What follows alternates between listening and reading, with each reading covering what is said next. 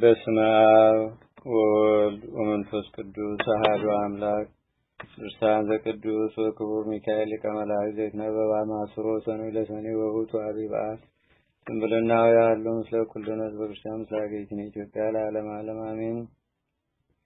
በስም በአካል በግብር ሶስት በመለኮት በአገዛዝ በስልጣን በባህሪ በህልውና ግን አንድ አምላክ በማለት በአብ በወልድ በመንፈስ ቅዱስ ስም አምነን ሰኔ በባተ በ12 ቀን የሚጸለይ የሚነበብ የመልአኩ የቅዱስ ሚካኤልን ድርሳን እንናገራለን። የመልአኩ የቅዱስ ሚካኤል ልመናውና ረድኤቱ አማላጅነቱን በአገራችን በኢትዮጵያ በደብራችን ወደብረ ሰላም በሕዝበ ክርስቲያኑ ሁሉ ላይ ለዘላለሙ አድሮ ይኑር አሜን። ይህ ድርሳን ቅዱስ ሚካኤልን እጅግ አድርጎ የሚወድ የአብያተ ክርስቲያናት ሁሉ ተቀዳሚ በኩር የምትሆን የአክሱም ጳጳስ የሆነው የደረሰው ነው። ኪልቅያ በምትባል ሀገር ሃይማኖቱ የጸና አስተራኒቆስ የሚባል አንድ ታላቅ መኮንን ነበር። የሚስቱም ስም አፎሚያ ይባላል። ሁለቱም እግዚአብሔርን የሚፈሩ የመላእክት ሁሉ አለቃ የሚሆን ቅዱስ ሚካኤልንም በፍጹም ልቦናቸው የሚወዱ ነበሩ። በየወሩም በቅዱስ ሚካኤል ስም ከገንዘባቸው እየከፈሉ ለነዳያን ይመጸውቱ ነበር። የበዓሉንም መታሰቢያ ያደርጉ ነበር። ከጊዜ በኋላ ባሏ አስተራኒቆስ ታመመ። በዚህም ጊዜ ሚስቱ አፎሚያ እያዘነችና እያለቀሰች እንዲህ አለችው፣ ጌታዬ ሆይ የምነግርህ ነገር ስላለኝ በጥሞና ስማኝ። ይኸውም ሴት ባሏ በሞተ ጊዜ ቤተፈት ጋለሞታ ሴተኛ አዳሪ እንደምትሆንና የዕለት ምግቧንም ለማግኘት ልዩ ልዩ አይነት ፈተና እንደሚደርስባት አንተ ታውቃለህ። እንግዲህ አንተ ከዚህ ዓለም በሞት ተለይተህ ብቻዬን በምቀርበት ጊዜ ከሐዘኔ የሚያረጋጋኝ አባት፣ እናት ወይም ተስፋ የሚሆነኝና የሚያጽናናኝ ልጅ የለኝም። ስለዚህ አሁን አንተ በሕይወት ሳለህ በመዓልትና በሌሊት ከሰይጣን ጠብ እንዲያድነኝ በስዕል ቤት አስቀምጬ የማጸንበት ዘንድ የመላእክት ሁሉ አለቃ የሚሆን የቅዱስ ሚካኤልን ስዕል ከእንጨት ታስቀርጽልኝ ዘንድ እጠይቃለሁ አለችው። አስተራኒቆስም ወደ እንጨት ጠራቢ መልእክተኛ ልኮ ከወይራ እንጨት ዕፀ ዘይት የመላእክት አለቃ በሚሆን በቅዱስ ሚካኤል አምሳል ስዕል ቅረጽልኝ አለው። እንዲሁም ብላቴኖቹን የብርና የወርቅ አንጥረኛ ጥሩልኝ ብሎ አንጥረኛው ከመጣ በኋላ በቅዱስ ሚካኤል አምሳል ከወርቅና ከብር የተሰራ ስዕል ሰርቶ ለአስተራኒቆስ ሰጠው። እርሱም ለሚስቱ ለአፎሚያ ሰጣትና በስዕል ቤቷ ሰቅላ በክብር አስቀመጠችው። እንደተባለው ባሏ ሞቶ ነፍሱ ወደ ሰማይ ካረገች በኋላ ከዚህ ዓለም ተግባር በመራቅ በፍጹም ልቦና የእግዚአብሔር ተገዥ ሆነች። በመዓልትና በሌሊትም በቅዱስ ሚካኤል ስዕል ፊት እየሰገደች የመላእክት ሁሉ አለቃ ቅዱስ ሚካኤል ሆይ ጠብቀኝ፣ ለሁል ጊዜም ከኔ አትለየኝ፣ ይቅር ይለኝ ይምረኝም ዘንድ ወደ እግዚአብሔር ጸልይልኝ እያለች ትጸልይ ጀመረ። በጎ ስራዋም ከዕለት ወደ ዕለት ከፍ እያለ ሄደ። ለነዳያንና ለችግረኞች ምጽዋት መስጠትንም የየዕለቱ ተግባሯ አደረገች። ይህን በጎ ስራዋን የተመለከተ ሰይጣን በምቀኝነት ተነሳሳባት።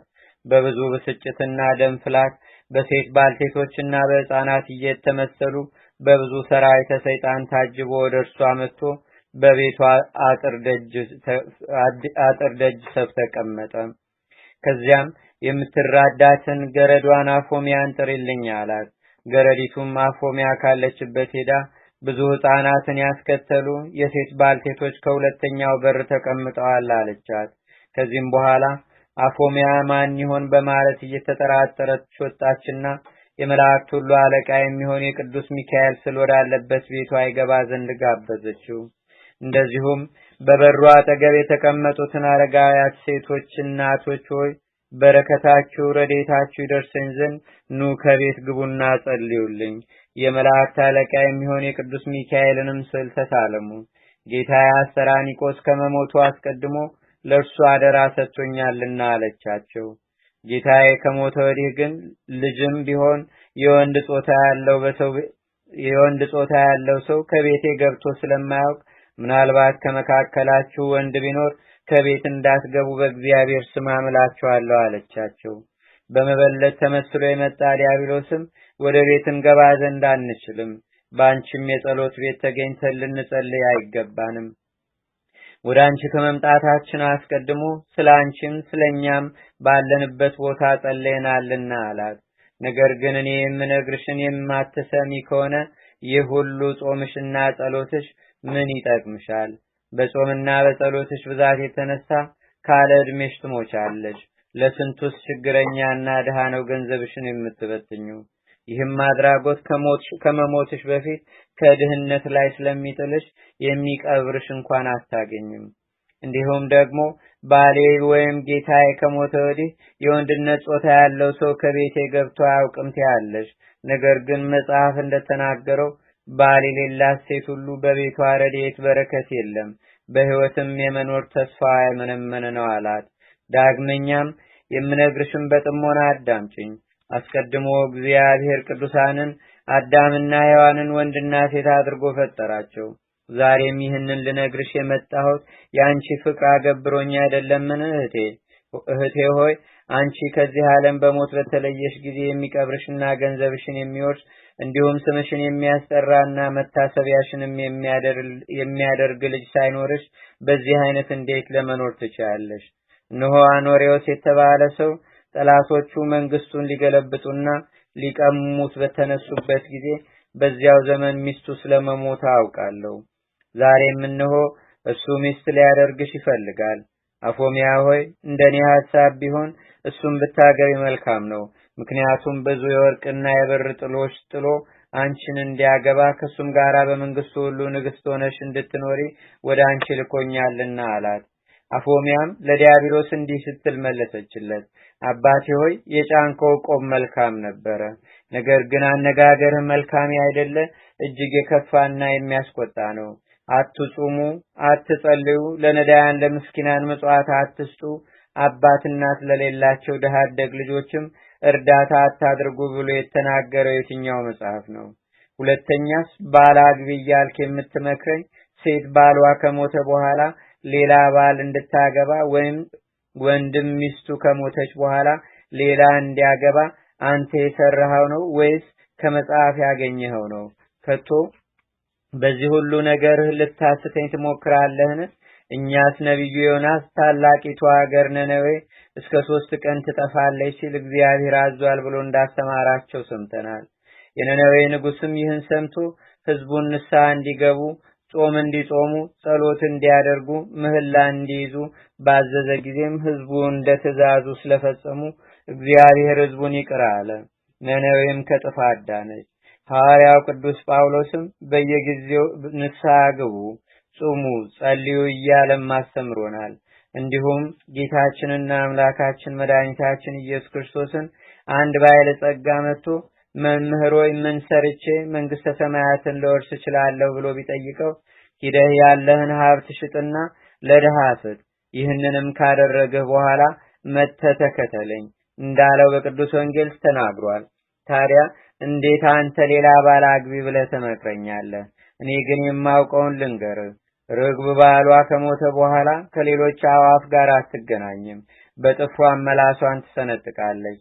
ሌላው ፍስ እንኳ ሊቀርባት ቢፈልግ በታላቅ ጩኸት ጓደኞቿን ጠርታ ሁሉም ተረዳድተው ይገድሉት ዘንድ የለምን?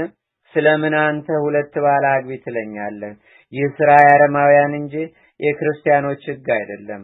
አንተ ርኩስ፣ ጠላቶቹ መንግስቱን ለመቀማት ሀገሩን ለመውረር እርሱንም ሊገድሉት የተነሱበትን አኖሬዎስን ይህን አይነት እንደማይሰራን ያስቀድሜ ያውቀዋለሁ። አሁንም የመላእክት ሁሉ አለቃ የሚሆን የቅዱስ ሚካኤልን ስዕል ትሳለም ዘንድ አመጣልሃለሁ ብላ ወደ ስዕል ቤት ፈጥና ገባችና የቅዱስ ሚካኤልን ስዕል አሳየችው። ያም ሰይጣን የቅዱስ ሚካኤልን ስዕል ባየ ጊዜ እንዳሞራ ክንፍ አውጥቶ ከሰራዊቱ ጋር አበረረ። ነገር ግን መለስ ብሎ አፎሚያ ሆይ አስትሽ ዘንድ መጥቼ ነበር፣ አንቺ ግን ድል ነሳሽኝ፣ ከወጥመዴም አመለጥሽ። ቢሆንም በቤትሽ ውስጥ ባለው በወርቅና በብር የተለበጠ በቅዱስ ሚካኤል የእንጨት ስዕል አትመኪ። በዓሉ የሚከበርበት እስከ ሰኔ 12 ቀን ድረስ አንዳች ነገር በላይሽ ላይ የማመጣ መሆኔን እንድታውቂው ሲል አስፈራራት። በዚያን ጊዜ በእግዚአብሔር ዙፋን ፊት ለመስገድና እንዲሁም ለሰው ልጅና ስለ ወንዞች ውሃ ይቅርታን ይለምን ዘንድ ስለሚሄድ ወደ አንቺ ሊመጣ አይችልም። በዚህን ጊዜ በቤትሽ ውስጥ ያለውን ስዕል ገጸ ምድር አጠፋዋለሁ። እስኪ ሚካኤል የሚያደርገኝን አያለሁ አላት። አፎሚያም ተመልሰ ብትመጣም የመላእክት አለቃ በሚሆን በቅዱስ ሚካኤል የጸሎት ኃይል አፍረት እመለሳለሁ ብላ በጌታችንና በአምላካችን በመድኃኒታችን በኢየሱስ ክርስቶስ ትምህርተ መስቀል አምሳል በአራቱ ማዕዘን አማተበችበት። በዚህም ጊዜ ዲያብሎስ አፍረቱን ተከናንቦ ሄደ። እርሷም ጾም በመጾም ምጽዋት በመመጽወት ጸሎት በመጸለይ በጎ ስራዋን እያስፋፋች ሄደች።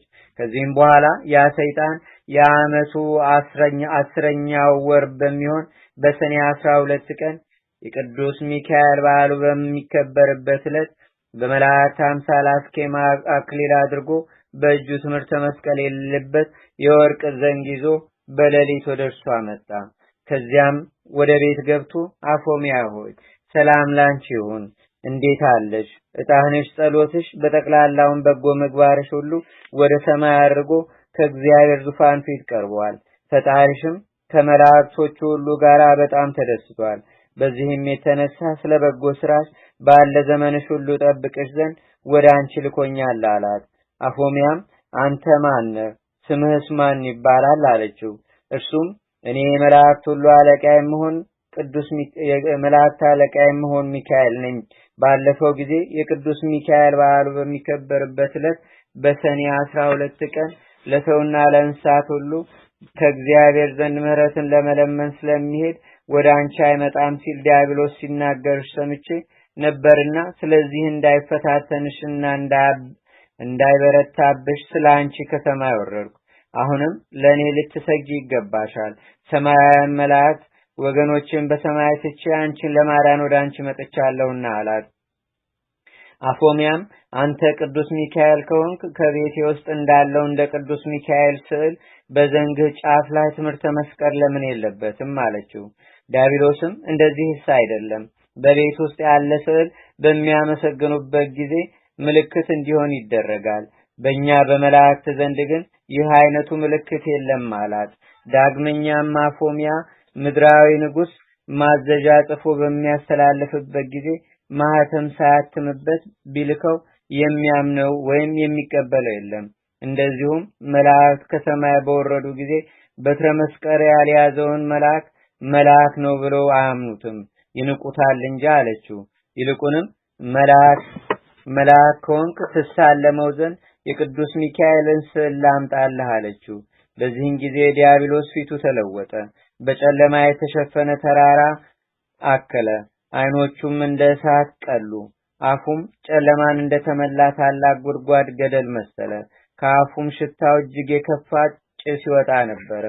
ተቅበጠበጠ። ይገድላትም ዘንድ ዘሎ አነቃትና አንቺ አፎሚያ እንዴት ይህን ያህል ፈተና ታመጭብኛለሽ? ከእንግዲህስ ካንቺው ጋር ሞታለሁ እንጂ አልተውሽም አላት። በዚህን ጊዜ በታላቅ ቃል ወደ ቅዱስ ሚካኤል እንዲህ ስትል ጮኸች። አቤቱ የመላእክት ሁሉ አለቃ የምትሆን ቅዱስ ሚካኤል ሆይ ፈጥነ ድረስና ከኔና ከአዳም ልጆች ሁሉ ጠላት አድነኝ አለችው። የመላእክት አለቃ ቅዱስ ሚካኤልም ያድናት ዘንድ ብርሃን ለብሶ ብርሃን ተጎናጽፎ ከሰማይ ወረደ። ብርሃኑም በቤቱ ሁሉ መላ። ከዚያም ዲያብሎስን በያዘው በትረ መስቀል በመታው ጊዜ በመሬት ላይ ዘረጋው። ዲያብሎስም ቅዱስ ሚካኤልን እግዚአብሔር የሰጠኝ ዘመኔ ሳይፈጸም እንዳታጠፋኝ በእግዚአብሔር ስም አምልሃለሁ አለው። ከዛሬ ጀምሮ ስምህ ከሚጠራበት ስዕልህ ካለበት ቦታ ሁሉ ፈጽሞ አልደርስም። የመላእክት አለቃ ሚካኤል ሆይ ቀድሞም ከሰማይ ያወረድከኝ፣ ከክብሬ ያዋረድከኝ፣ ከሹመቴ የሻርከኝ አንተ ነህ። አሁንም ይቅርታ አድርግልኝ እያለ ለመነው። በዚያኑ ጊዜ ቅዱስ ሚካኤል ዲያብሎስን አሳፍሮ አዋርዶ ለቀቀው። ወደ አፎሚያም መለስ ብሎ ንዕድ ክብርት የሆንሽ የእግዚአብሔር ታማኝ አገልጋዩ አፎሚያ ሆይ ጸሎትሽ፣ ምጽዋትሽ፣ በጎ ስራሽም ሁሉ ወደ ሰማይ አድርጓል፣ ከእግዚአብሔር ዙፋን ፊትም ቀርቧል። አሁንም ሄደሽ ከቤተ ክርስቲያን ገብተሽ ጸሎት አድርሺ፣ በዛሬው ቀን ነፍስሽ ከስጋሽ ትለያለችና ብሎ ነገራት። መላእክትም ሁሉ ወደ አንቺ መጥተው ነፍስሽን ወደ መንግስተ ሰማያት ያሳርጋሉ።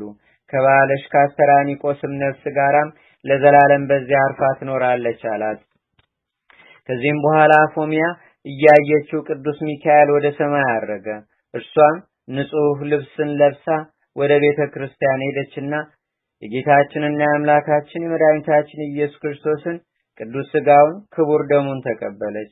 ከዚያም ከጳጳሱ ዘንድ ቀረበችና አባቴ ሆይ በዛሬው ቀን ወደ ቤቴ መጥተህ ቤቴን ባርክልኝ፣ ቀሳውስትና ዲያቆናትንም መዘምራኑንም አስከትለህና እናም ስለኔ ጸልዩልኝ አለችው። ብላቴኖቿንም ያለኝን ገንዘብ ሁሉ አቅርቡልኝና ነዳያንንና በመንገድ ያገኛችሁትንም ሁሉ ጥሩልኝ አለቻቸው። እንዳሳሰበችውም ጳጳሱና ቀሳውስቱ ዲያቆናቱም ሌሎች የቤተ ክርስቲያን አገልጋዮችም ሁሉ መጥተው በቤቷ ከተሰበሰቡ በኋላ ያላትን ገንዘብ በጳጳሱ እጅ ለነዳያን መጽውታ በሰላም ወደ ቤታቸው ይገቡ ዘንድ አሰናበተቻቸው። ጳጳሱንና ካህናቱን ወደ አዳራሽ አስገብታቸው ጳጳሱን በወርቅ ወንበር አስቀመጠችው። ካህናቱንም በጳጳሱ ግራና ቀኝ በብር ወንበር አስቀመጠቻቸው። ለጳጳሱም ስለ ክብሩ ከእግሩ በታች አበባ ምንጣፍ አስነጥፋለት ነበር። ከዚህም በኋላ በመካከላቸው ቆመችና እጇን ወደ ሰማይ በመዘርጋት መምህራን እንዳሰማሯት በሀገሯ ቋንቋ ወደ እግዚአብሔር ትጸልይ ጀመር። ጳጳሱንም አባቴ ሆይ የንስሐ ጸሎት ስጠኝ ብላ ልብሷን በመሬት ላይ አነጠፈችና ተንበረከከች። ከዚያም ጳጳሱን ገንዘቤ ሁሉ በአንተ አማካይነት ለኔና ለባሌ ለአስተራኒቆስም ለስማችን መታሰቢያ ይሆን ዘንድ ለነዳያን መጽውትልኝ አለችው። በዚህን ጊዜ እንግዲህ የቅዱስ ሚካኤልን ስዕል አምጣልኝ አለችና ካመጣላት በኋላ ተሳለመችና በፊቷ ላይ እንዳስቀመጠችው ያ ስዕል ከፊቷ ላይ ተነስቶ እንዳሞራ በሮ የመላእክት ሁሉ አለቃ የሚሆን በቅዱስ ሚካኤል ቤተክርስቲያን ገብቶ በቤተ መቅደሱ መካከል ያለ መስቀያ ተሰቀለ። ከዚህ በኋላ ይህ ስዕል ለምልሞ መልካም ፍሬን አፍርቶ ስለተገኘ በዚያ ሀገር ታላቅ ደስታ ሆነ። በሀገሩም ሁሉ ድውያን፣ ሕሙማን፣ ርኩሳን፣ አጋንንት ያደረባቸው ቅጠሉን ቆርጠው በውሃ በታጠቡበት ጊዜ ከደዌያቸው ይፈውሳቸው ነበር። ይህም እስካሁን ድረስ ይደረጋል። በዚያም ሀገር የመላእክት አለቃ ስለሚሆን በቅዱስ ሚካኤል ስም ብዙ ታላላቅ ተአምራት ተደርጓል።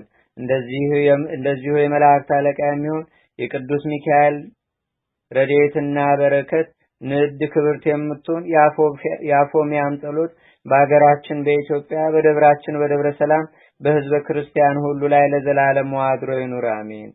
ከጽንፍ እስከ ጽንፍ የሚበር ንስረ አርያም የሚባል ዜማው ውዳሴው እንደማር የጣፈጠ ንዑድ ክቡር የሚሆን ቅዱስ ሚካኤል ያደረገው ተአምር ይህ ነው። አገራችንን ኢትዮጵያን ሕዝበ ክርስቲያኑን ደብራችን ደብረ ሰላምንም የጸሎቱ ኃይል ከሲኦል ረግረግ ያውጣን። በዚህም በሚመጣውም ዓለም ከክፉ ነገር ሁሉ ይጠብቀን። ርጉም ከሚሆን ከተኩላ አፍም ያድነን። ተንኮለኛ ከሚሆን ከሰይጣን ወጥመድም ይሰውረን ለዘላለሙ አሜን። ቆጵሮስ በምትባል ደሴት እግዚአብሔርን የሚፈራ የመላእክት ሁሉ አለቃ በሚሆን በቅዱስ ሚካኤል ጸሎት የሚተማመን አንድ ክርስቲያናዊ ሰው ነበረ። ከዕለታት አንድ ቀንም ክቡር በሚሆን በቅዱስ ሚካኤል ስም ቤተ ክርስቲያን መስራት ይገባኛል ሲል በልቡ አሰበና ፈጽሞ የምታምር ቤተ ክርስቲያንን ሰራ። ሰርቶም ከጨረሰ በኋላ በልዩ ልዩ ጌጥ አስጌጣት። ከዚህ በኋላ በቅዱስ ሚካኤል ስም የሰራትን ቤተ ክርስቲያን ይባርኩለትና ያከብሩለት ዘንድ ወደ ኤጲስቆጶሱና ካህናቱ መልእክትን ላከ። ለቤተ ክርስቲያኑ ማስመረቂያም ብዙ ድግስ ደግሶ ታላቅ በዓልን አደረገ። ከዚያም ካህናቱ፣ ዲያቆናቱ፣ ምዕመናኑም ሁሉ የቅዱስ ሚካኤል ቤተ ክርስቲያን በሚባረክበት ቀን በቤተ ክርስቲያን ተሰብስበው ከቆሙ በኋላ ኤጲስቆጶሱ እንደ ሕጉ የቅዳሴ ጸሎት ጀመረ። በዚያች ሀገር ጋኔን ያደረበት አንድ አይሁዳዊ ሰው ነበርና እርሱም መላ አካላቱ ለምጽ ወጥቶበት የሚጨነቅ ጥርሱን እያፋጨ የሚሰቃይ በጽኑ ደዌ የተያዘ ነበረ። ከደዌውም ጽናት የተነሳ ሰውነቱ ሁሉ እንደ ድንጋይ ደርቆ ነበር።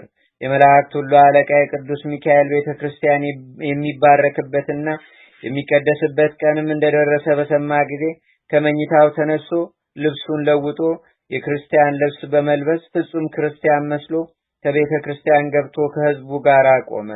ኤጲስቆጶሱም ቅዳሴ ቤተ ክርስቲያኑን በፈጸመ ጊዜ የተቀደሰበትን ቅዳሴ ጸበል በቤተ ክርስቲያኑ ዙሪያና ግድግዳውን ሁሉ ሲረጭ የአይሁዳዊ በቆራጥ ልብ እና በጽኑ ሃይማኖትም ቅዳሴ ጠበሉን ተቀብሎ ራሱን ረጨ፣ ሰውነቱንም ሁሉ ታጠበበት። የመላእክት ሁሉ አለቃ ከሚሆን ከቅዱስ ሚካኤል ስልፊትም ከሚበራ የቀንዲል ዘይትም ወስዶ እንዲህ እያለ ተቀባ። አቤቱ ጌታዬ ቅዱስ ሚካኤል ሆይ ከዚህ ከጽኑ ደዌ ፈጥነህ ፈውሰኝ። ከዚህ ከክፉ የለምጽ በሽታም አድነኝ። ከዚህ ሁሉ በሽታዬ ብታድነኝ ለቤተ ክርስቲያንህ ምንም ያልተቀላቀለበት ንጹሕ የሆነ 20 ወቄት ወርቅ እሰጥሃለሁ። በጌታችንና በአምላካችን በመድኃኒታችን በኢየሱስ ክርስቶስም ተጠምቄ ፍጹም ክርስቲያን ሆናለሁ። የወልደ እግዚአብሔርንም ሰው መሆንንም አምናለሁ።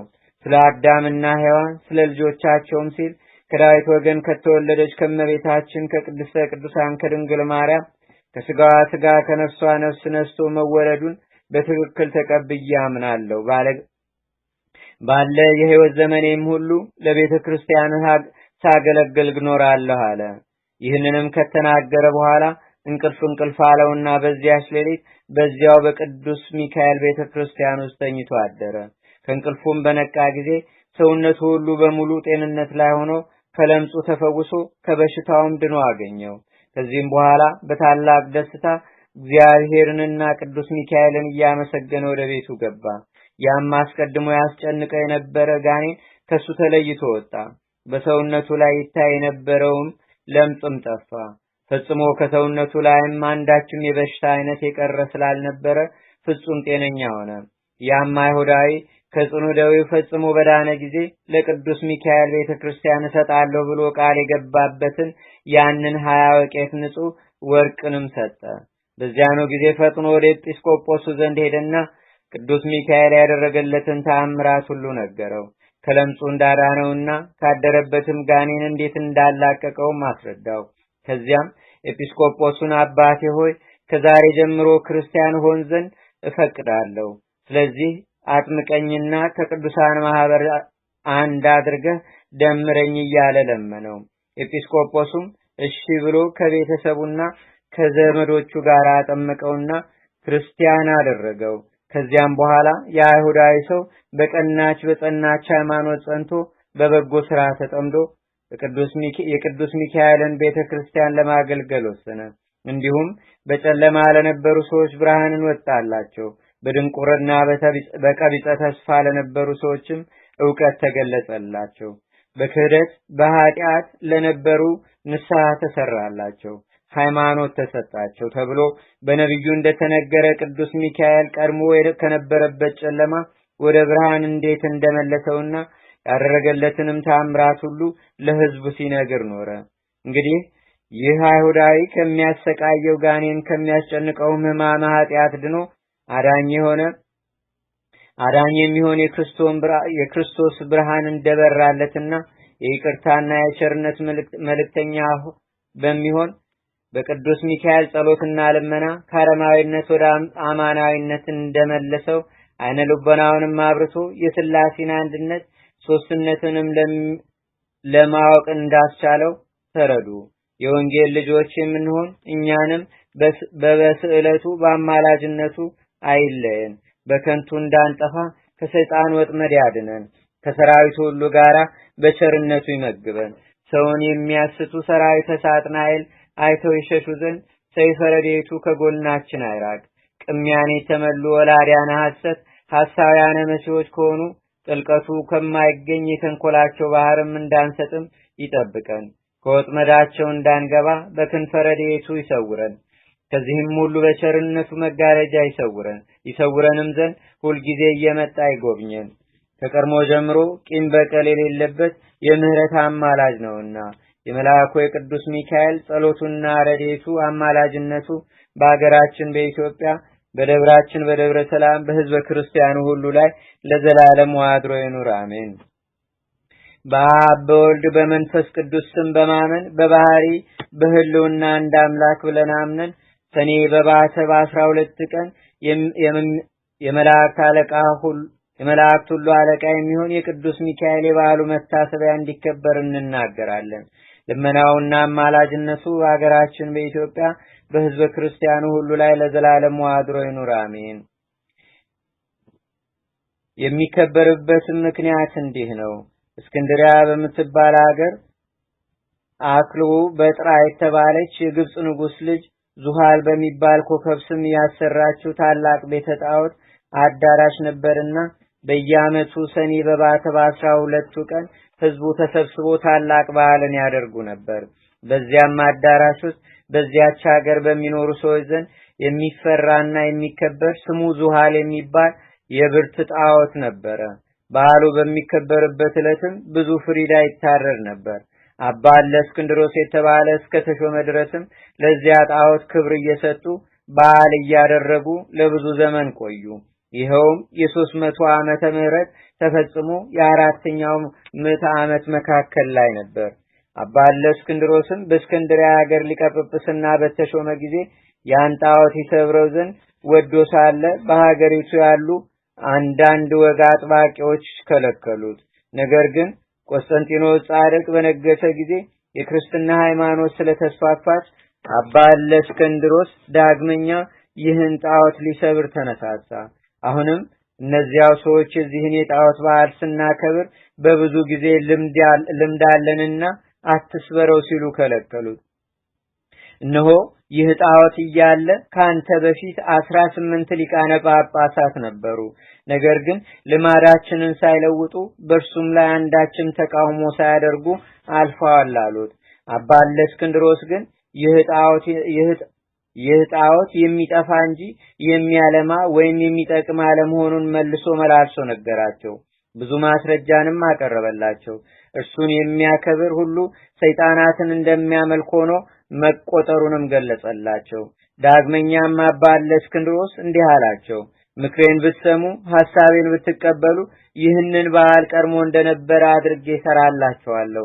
ነገር ግን ይህን ጣዖት ሰብረን ምኩራቡን ባርከን ቀድሰን ቤተክርስቲያን ሰርተን ክቡር በሚሆን በቅዱስ ሚካኤል ስም ሰይመን ታላቅ በዓል እናደርግለታለን። መስዋዕቱም ለልዑል እግዚአብሔር ይሆናል። የሚታረዱትም በጎች፣ ሰንጋዎች ለችግረኞች ለጦማዳሪዎችና ለአንካሶች መሰጠት አለባቸው። ስለዚህም ክብር ምስጋና ይግባውና ከጌታችንና ከአምላካችን ከመድኃኒታችን ከኢየሱስ ክርስቶስ ዘንድ ክቡር የሚሆን ቅዱስ ሚካኤል ክብር ያሰጣቸዋል አላቸው። እነሱም ይህ በጎ ምክር ደስ ስላሰኛቸው ትእዛዙንም በመቀበል የመላእክት አለቃ በሚሆን በቅዱስ ሚካኤል ስም ቤተክርስቲያን ሰሩ። ያችን ቤተክርስቲያን በእስክንድርያ ሀገር የታወቀችና ታላቅ ስመጥር ገዳም ሆነች። በግብጽ ሀገር እስላሞች እስከነገሱበት ድረስም ብዙ ዘመን ኖረች። ከነገሱ በኋላ ግን ያችን ቤተክርስቲያን አፈረሷት።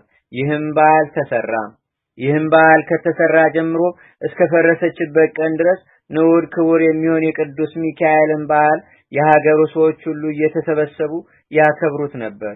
ከእነርሱም መካከል እግዚአብሔርን እጅግ አድርጎ የሚፈራ ወር በገባ በየ12ቱ ቀንም የቅዱስ ሚካኤልን ዝክሩን የሚዘክርና ይልቁንም በኅዳር 12 እና በሰኔ 12 ቀን በታላቅ ክብር የሚያከብር አንድ ሰው ነበረ። ለዚህ እግዚአብሔርን ለሚፈራ ሰውም ርህራሄው የሌለው በሱም ላይ ጥላቻ ያደረበት ባለጸጋ ጎረቤት ነበረው። የቅዱስ ሚካኤልንም በዓል በሚያከብርበት ጊዜ ሁሉ ይዘብትበት ይሳለቅበትም ነበር። ይህ እግዚአብሔርን የሚፈራ ሰውዬ በዚህ አይነት በጎ ስራ ብዙ ጊዜ ከኖረ በኋላ ከዚህ ዓለም ድካም ያርፍ ዘንድ የሞቱ ጊዜ ቀረበ። ሚስቱንም ጠርቶ በጎ ስራ ከመስራት ለድሃ ከመመጽወት ቸል አትበይ፣ የቅዱስ ሚካኤልንም በዓል በየወሩ ከማክበር አትቦዝኝ፣ ይልቁንም በኅዳር 12 እና በሰኔ 12 ቀን ከፍ ባለ ስነ ስርዓት እንድታከብሪ አደራልሻለሁ አላት። በሚሞትበትም ጊዜ ሚስቱ ጸንሳ ነበር። ይህም ሰው በሰላም አረፈና ፍጹም መንግስተ ሰማያትን ወረሰ። ከዚህም በኋላ ሚስቱ የመውለጃዋ ጊዜ ተቃርቦ ነበርና ምጥ ይዟት በታላቅ ጭንቅ ላይ እንዳለች አንተ የእግዚአብሔር መልአክ ሆይ በእኔ ላይ ይቅርታን አውርድ፣ ከዚህ ከደረሰብኝም ጭንቅ ይገላግለኝ ዘንድ ስለኔ እግዚአብሔርን ለምንልኝ፣ አንተ ከእግዚአብሔር ዘንድ ታላቅ ባለሟልነትን ተሰጥቶሃልና እያለች ለመነች። ይህንንም በምትልበት ጊዜ ያለችበት ቤት በብርሃን ተመላ። ከጭንቋም ዳነችና መልኩ በጣም ያማረ ልጅ ወለደች። የእግዚአብሔር መልእክተኛ ቅዱስ ሚካኤልም ከሰማይ ወርዶ ያን ሕፃን ባረከውና ቸርነት ርኅራኄ የሌለውን የዚህን ባለጸጋ ገንዘብና ሀብት እርሻውንም ሁሉ ይህ ሕፃን እንዲወርስ እግዚአብሔር አዟል አለ። ያን ጊዜም ያ ባለጸጋ በሴትዮዋ ቤት መስኮት አጠገብ ሆኖ ሁኔታውን ሁሉ ይመለከት ሊሰማም ነበርና ይህን ነገር በሰማ ጊዜ ልቡ በታላቅ ሐዘን ተነካ። ሕፃኑንም የሚገድልበትን ምክንያት ይፈልግ ጀመረ። ነገር ግን እግዚአብሔር በቅዱስ ሚካኤል ጸሎት ብላቴናውን ከክፉ ነገር ሁሉ ይጠብቀው ነበር። ብላቴናውም 10 ዓመት በሆነው ጊዜ እናቱ በጣም ችግር ጸናባት። በዚህን ጊዜም እምነት የጎደለው ያ ባለጸጋ ችግረኛ ስለሆንሽ ይላክልኝ ያገለግለኝም ዘንድ ልጅሽን ስጭኝና ምግቡንና ልብሱን ምንም ሳላጎድል ተንከባክቤ አኖረዋለሁ፣ ላንቺም 20 ወቄት ወርቅ ሰጥሻለሁ አላት። ይህንንም ባላት ጊዜ ስለ ችግሯ በጣም በመደሰት ልጇን ሰጠችውና 20 ወቄት ወርቅ ተቀበለች። ብላቴናውንም በወሰደ ጊዜ እንግዲህ ሐሳቤ ሁሉ ዛሬ ተፈጸመልኝ እያለ በጣም ደስታ ተሰማው። ከዚህ በኋላ በልጁ ቁመት ልክ ሳጥን አሰርቶ ሕፃኑን በሳጥኑ ውስጥ አግብቶ ከቶ በላዩ ላይ ቆለፈበትና ሳጥኑን ወስዶ ከባህር ጨመረው። እንዲሁም የሳጥኑን ቁልፍ መክፈቻ አብሮ ወረወረው። ነገር ግን በእግዚአብሔር ፈቃድ ያ ሳጥን ሳይሰጥም በባህሩ ላይ እየተንሳፈፈ ከዚያች አገር ርቃ ወደምትገኝ የባህር ወደብ ደረሰ። በባህሩ አካባቢ በጎቹን አሰማርቶ የሚጠብቅ አንድ ሰው ነበርና ያን ሳጥን ባየው ጊዜ ከባህሩ አወጣና ወደ ቤቱ ወሰደው። ቤቱን በደረሰ ጊዜ ይህን ሳጥን በምን ከፍተዋለሁ እያለ ሲያወጣ ሲያወርድ ተመልሶ ወደ ባህሩ ይሄድ ዘንድ እግዚአብሔር አሳሰበው። በሄደም ጊዜ አንድ አሳ የሚያጠምድ ሰው አገኘ። ያ በግ ጠባቂም አሳ አጥማጁን በኔ ስም መረብህን ወደ ባህር ጣልና የተሰገረው አሳ ለኔ ይሆናል፣ ዋጋውን ግን ከፍላለሁ አለው። አሳ አስጋሪውም እንደተነጋገሩት መረቡን ከባህር ቢጥል ታላቅ አሳ ተያዘና ለሰውየው ሰጥቶ ዋጋውን ተቀበለ። እርሱም ያን አሳ ከቤተሰቦቹ ጋር ጠብሶ ይበላ ዘንድ በሽኮላ ወደ ቤቱ ሄደና የአሳውን ሆድ ቢሰነጥቀው የዚያን የሳጥን ቁልፍ መክፈቻ አገኘ። በዚያን ጊዜም ይህ መክፈቻ የዚህ ሳጥን ቁልፍ መክፈቻ መሆን አለበት ሲል አሰበና ቁልፉን ለመክፈት ቢሞክር ወለል ብሎ ተከፈተ። በዚህም እየተደነቀ ሳለ ሳጥኑን ቢከፍተው ያ ባለጸጋ ሊገድለው ያሰበውን ሕፃን በሳጥኑ ውስጥ ሆኖ አገኘው። ባየውም ጊዜ እጅግ ተደስቶ በባህር ውስጥ ስላገኘው ስሙን ባህራን ብሎ ሰየመውና እንደ ልጁ አድርጎ ይንከባከበው ዘንድ ወሰነ። ከባህራን ሀገርም የበግ ጠባቂው ሀገር የ10 ቀን ጎዳና የሚያስኬድ ርቀት ነበረው። ከብዙ ዓመታትም በኋላ ያ ባለጸጋ ሰው ለንግድ ከሀገሩ ወጣ። በጉዞም ላይ ሳለ ፀሐይ ስትገባ ከዚያ የበግ ጠባቂው ዘንድ ደረሰ። በግ ጠባቂውንም ወንድሜ ሆይ በአንተ ዘንድ የማድርበት ቢኖር ታሳድረኝ ዘንድ እለምንሃለሁ፣ ኪራዩንም ከፍልሃለሁ ብሎ ጠየቀውና ያ በግ ጠባቂ ወደ ቤቱ አስገባው። ባለጸጋውም ገብቶ ጥቂት ካረፈ በኋላ በግ ጠባቂውን ያን ብላቴና ባህራን ብሎ ሲጠራ በሰማ ጊዜ ልጅህ ነውን ብሎ ጠየቀው። በግ ጠባቂውም አዎን፣ ይህ አሁን ጎልማሳ ሆኖ የምታየው ወጣት ገና ሕፃን ሆኖ ሳለ በሳጥን ተከቶ ከባህር ውስጥ ተጥሎ አግኝቼው ወስጄ አሳድጌዋለሁና ልጄ ነው አለው። ባለጸጋውም ይህንን ነገር በሰማ ጊዜ ፈጽሞ ደነገጠ። ይገድለውም ዘንድ ፈልጎ በባህር ውስጥ የጣለው ሕፃን መሆኑንም አወቀ። በበነጋውም መንገዱን ለመሄድ ሲዘጋጅ ልዩ ልዩ ምክንያት ሰይጣናዊ ሐሳብን በመፍጠር በግ ጠባቂውን ወንድሜ ሆይ አንድ የማስቸግርህ ጉዳይ አለኝ፣ ይኸውም በቤቴ የረሳሁት ነገር ስላለ እገሪት ወደምትባል ሀገር ሄዶ መልእክት ያደርስልኝ ዘንድ ይህን ብላቴናህን እንድትሰጠኝ ነው። የድካሙንም ዋጋ 20 ወቄት ወርቅ ከፍልሃለሁ አለው።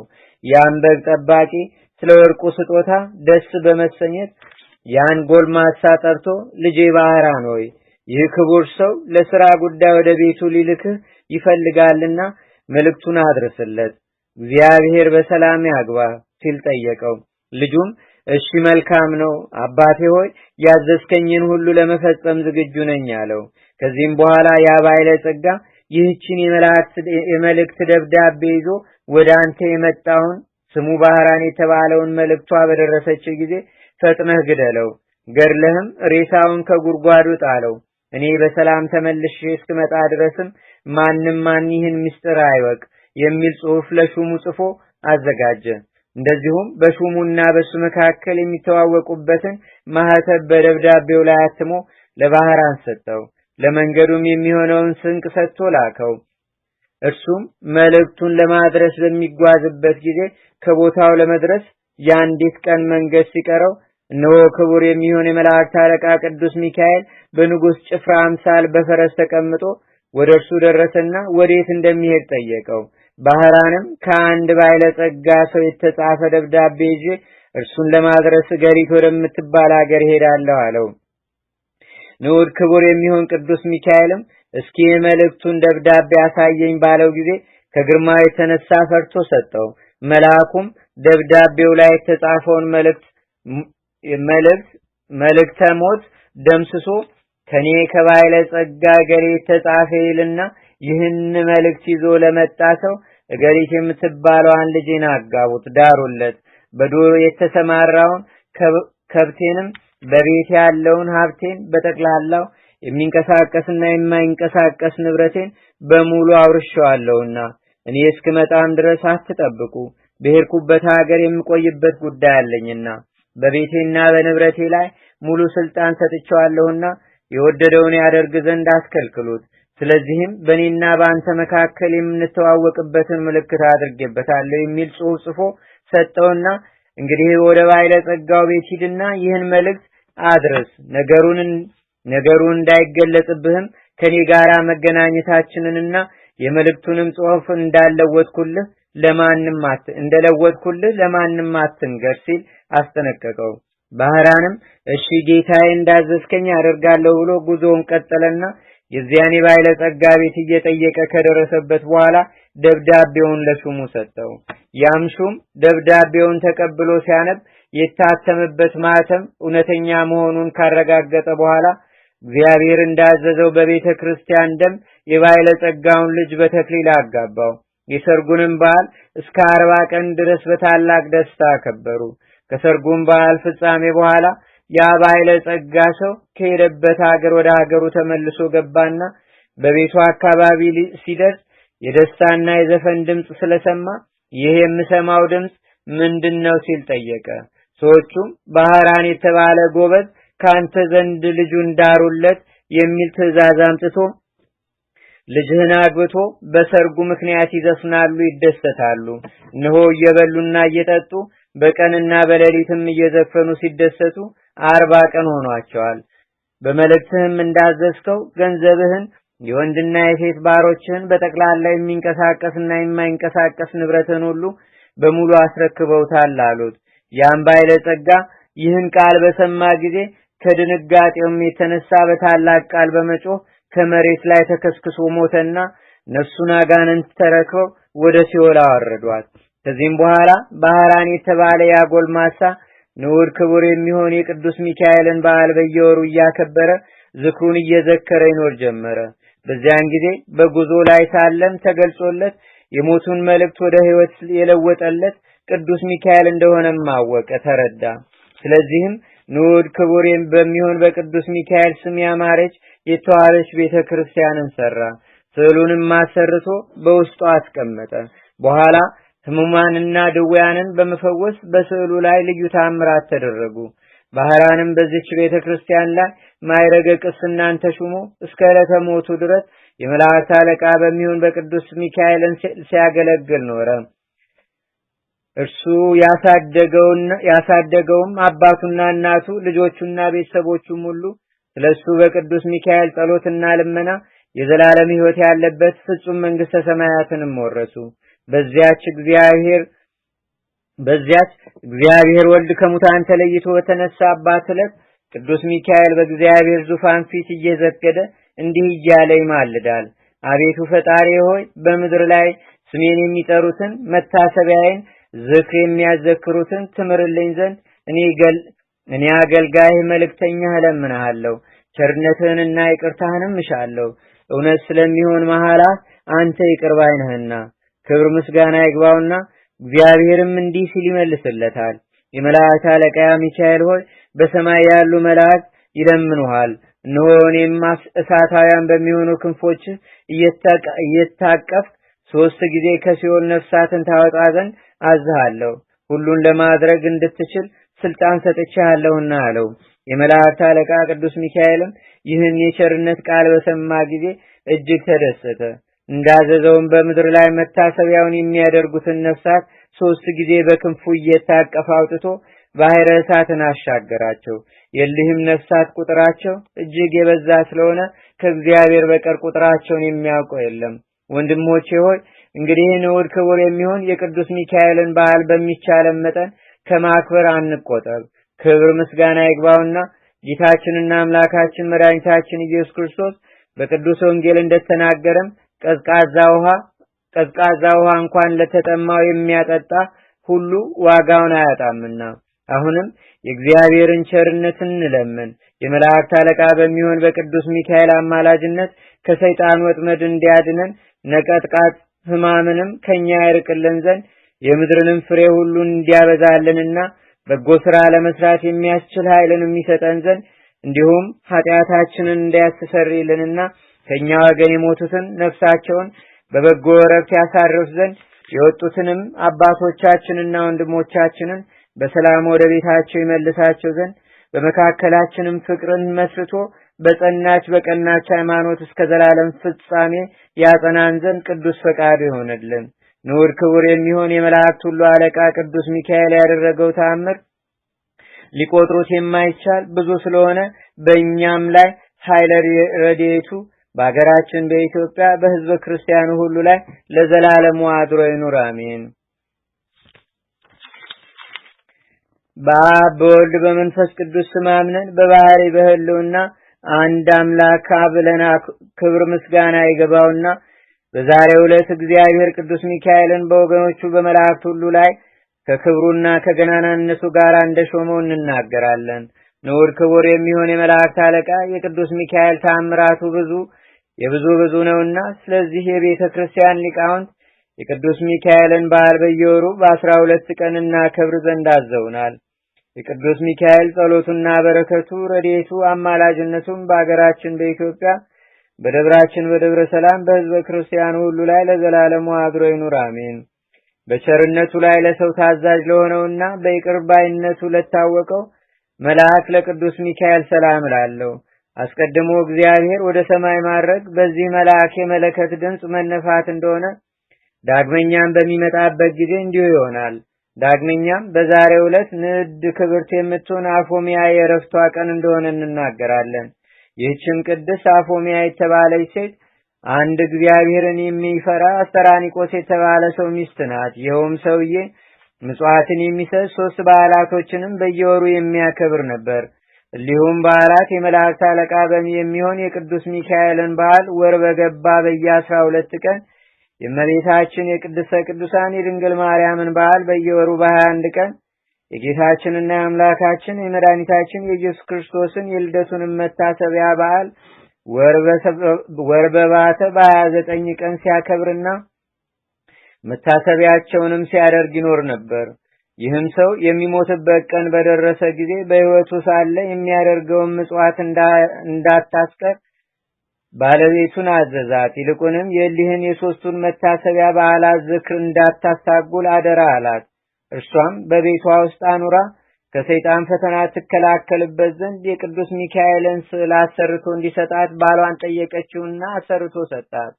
ባሏም ከዚህ ዓለም በሞት በተለየ ጊዜ አስቀድሞ እርሱ ከሚያደርገው በጎ ሥራ አንዳችም ሳታጓድል ትሰራ ጀመር። ሰይጣን ይህን በተመለከተ ጊዜ በቅናት ተነሳባት።